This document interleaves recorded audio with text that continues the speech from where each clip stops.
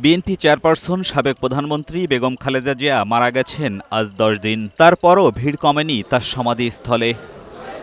শুক্রবার ছুটির দিন হওয়ায় দেশের বিভিন্ন প্রান্ত থেকে মানুষ আসেন তাকে শ্রদ্ধা জানাতে। এ কাতারে সামিল হয় বিভিন্ন সামাজিক সংগঠনও। যারা আগে খালেদা জিয়ার সমাধিতে আসতে পারেননি, তারা কেউ এসেছেন একা, আবার কেউ এসেছেন পরিবারের সদস্যদের নিয়ে। খালেদা জিয়ার কবরটা আমরা দেখতে আসছি, জিয়ারত করতে আসছি।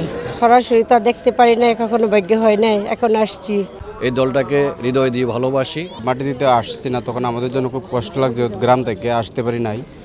এখন আসছি দোয়া করার জন্য, এমনকি কবরটা জিয়ারত করার জন্য। তিনি যেন তাদেরকে কবরের সমস্ত আযাব মাফ করে দিয়ে তাদেরকে যেন বেহেশত নসিব করুক। এদিন শেরেবাংলা নগরের এই সমাধিস্থলে বেগম জিয়ার রাজনৈতিক বর্ণাঢ্য জীবনের উপর চিত্র প্রদর্শনীর আয়োজন করে Bogura media and cultural society. প্রদর্শনীর উদ্বোধন করে বিএনপি স্থায়ী কমিটির সদস্য নজরুল ইসলাম খান বলেন, নির্বাচনকে সামনে রেখে যারা দেশে অস্থিতিশীলতা তৈরি করছে তারা গণতন্ত্র চায় না। দৈনন্দিন আইন শৃঙ্খলা পরিস্থিতি রক্ষার দায়িত্ব তো সরকারের।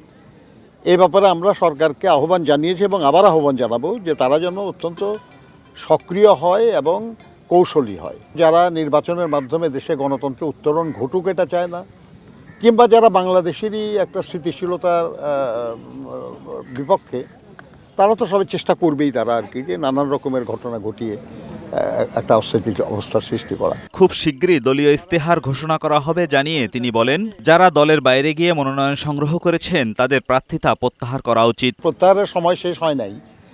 আমরা আহ্বান জানিয়েছি তাদেরকে যে দলের সিদ্ধান্তের প্রতি যেন তারা শ্রদ্ধাশীল হয়ে তারা মনোনয়নপত্র প্রত্যাহার করেন।